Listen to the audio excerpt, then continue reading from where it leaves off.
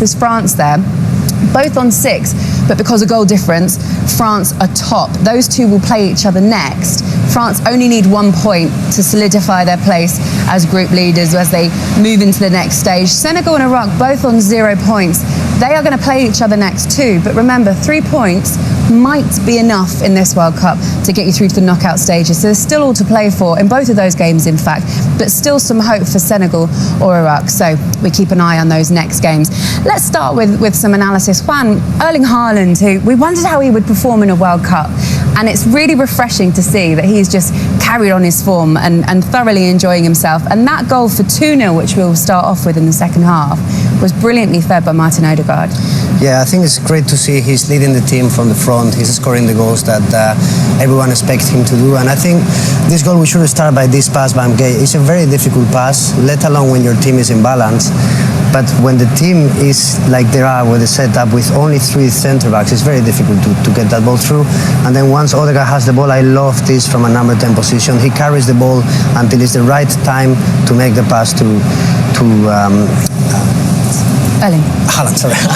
to Haaland, and then he's never going to miss for there. So this carry of the ball is fantastic. This movement of Haaland is what he does, and then he's never going to miss from that.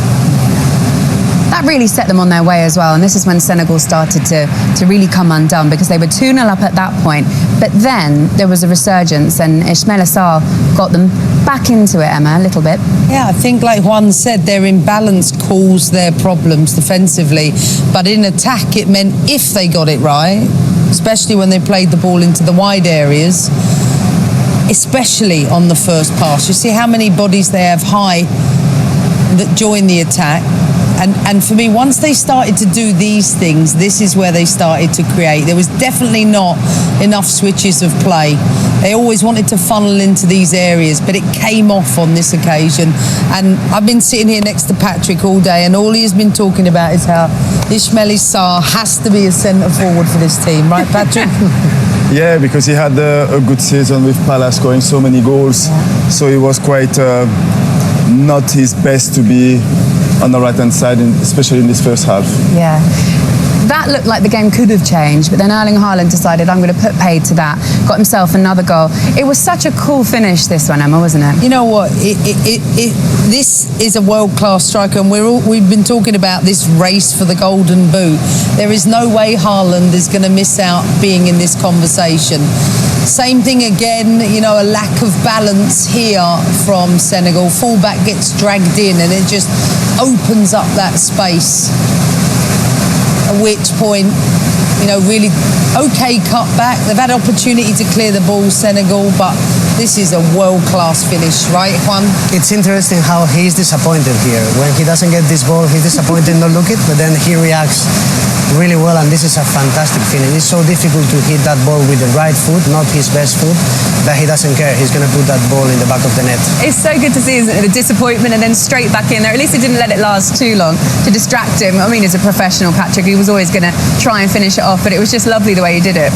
Yeah, of course, he looked really composed, really well balanced, and he was, of course, a really good finish with the inside right-footed. But on the Senegalese side of it, I think they will be really disappointed because Mane didn't track the right back, and then you had Koulibaly, who should do better when he lost the ball inside the box. I think they should and could do better on that situation.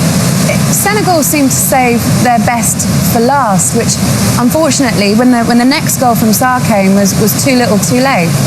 It was a bit too late, but Mbaye, I think, changed the tempo and the quality of the game for Senegal. But I think he was a good cross inside the box. So many Senegalese players inside. It was a really good touch from Jackson. I think it's the only good one he made in the game. And then Sarr here with a lot of calm, and he scored the goal. So it was a really good finish for him. But they took so long to get going, to have control in the game. You saw the last 15 minutes. Yes, it took, you know, until the 90th minute to bring the game close. But I think it's such a missed opportunity for Senegal. Yeah. They performed really poorly tonight. How disappointed were you with what you saw from Senegal? I think we are all really disappointed because in the beginning of the game we were saying that they are highly ranked in the world rankings. They have great players playing at the highest leagues, and we were disappointed since the first minute with giving the ball away so much, not creating enough chances, and they handed 2 or 3 goals for Norway today. Because Patrick, they've got a bit of a mix of youth in there and also a lot of experience. But does it feel like perhaps that is now off balance with the experienced players looking closer to? Yeah, when we're looking at the squad, we're talking about Koulibaly at the back, we're talking about Mane, and we're talking about Idrissa Gueye, and those 3 players around 34 to 36 years old. It looked like the end of a generation of players at Senegal. Yeah. Okay, guys, we've got lots more still to come on Throw At It. And they were just saying there, look, don't go into that game thinking a draw might be enough. Go into it feeling like they're going to have to win it. Is that the right kind of mentality? I think that's the right kind of mentality, especially in a World Cup. I still think they will qualify, disregarding of what happens. Yeah. But I think you cannot get into a game thinking to only take 1 point or no. They have to go for winning and they have a chance. Let's see. So the permutations at the moment, they're on 3 points, obviously, with that win against Haiti. And 3 points might be enough, but we're just not sure because we haven't seen a World Cup yet, Patrick, with this many teams. What we do know is Brazil is going to be potentially another step up from what they've had with Morocco, even though that draw with Morocco was the game between those two. Yeah, especially the last result of Brazil to give them that confidence because they will score goals. I think the game will be all Brazil because of the team, the quality of the players.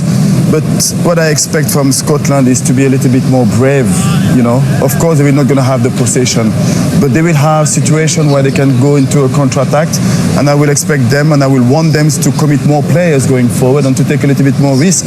How difficult is it to be brave and to take those opportunities against a team like Brazil that have got goal scorers like Vinicius Junior, Cunha, and Yeah, of course you can't open yourself up right away, and people think that being brave is committing numbers regardless of what's going on in the game. It's about doing it in the right moments, the right ways, but also being brave so defensively they stay in the game.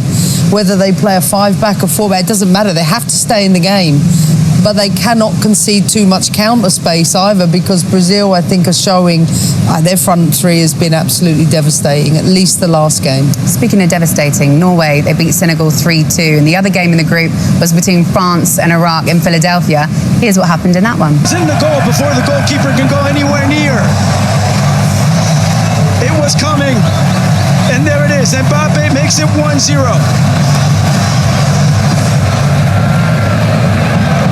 We've got a referee in Drew Fisher who, being domestically based in this country, is more than used to these kind of monsoon-type conditions you get through the summer.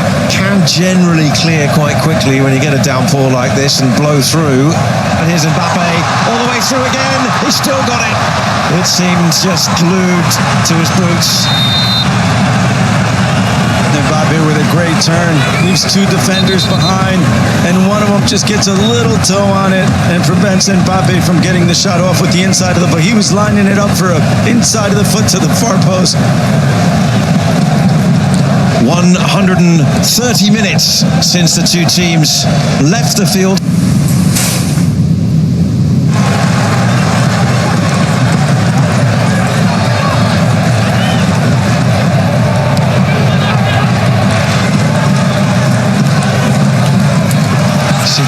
Interchanging of the French players as well. Mbappe hits it! Oh, what a strike! He said yesterday, we are writing the pages of history here. Well, he's blazing a trail of his own. And France lead in Philadelphia. And what a goal this is, Tony. Here's Mbappe dribbling inside and just finds that far post with a bullet shot. That was